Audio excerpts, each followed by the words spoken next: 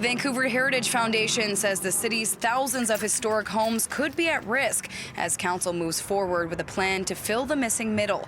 Allison McNeil with the foundation says as developers look to build more multiplexes, they could purchase the heritage buildings and tear them down.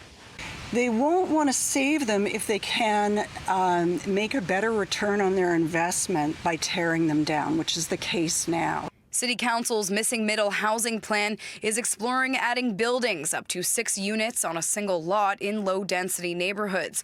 The policy change would mean more low-rises, townhouses, and other multiplexes in RS zones, residential zones. Right now, zoning laws allow limited options in residential areas, houses, laneway houses, and duplexes. So there's something called floor space ratio in planner speak, and this is about how much density you can put on the lot. So if you retain the home, the heritage home, the city will give you less density than if you bulldoze and put in a new multiplex. The Heritage Foundation sent this letter to the mayor and council on Tuesday expressing their concerns, saying as of November 2022, there were over 2,200 houses on the city's heritage register, and only about 30% have official legal protection. But McNeil says in the threatened RS zones, even fewer are protected by law.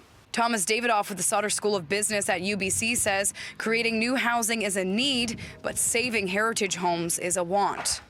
It's probably worth protecting some older buildings because we do have some beautiful old buildings in Vancouver, but it's not a reason to derail missing middle.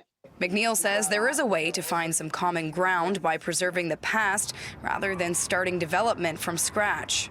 I believe, and there are many projects that demonstrate, you can put multifamily and retain that heritage home all on the same lot. So it can be a win-win for the city.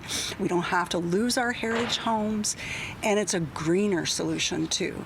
I think heritage preservation is great for seriously architecturally significant buildings. I think there should be a high bar for that preservation, but generally retaining a structure and allowing extra density for not tearing down a perfectly good building makes good environmental sense. The city is now in phase 4 of its missing middle housing plan, public consultation. The Heritage Foundation says it plans to voice its concerns to council Thursday, saying there is a way to tweak the policy to retain heritage homes while also creating more spaces for people to live. In Vancouver, Kate Walker, City News.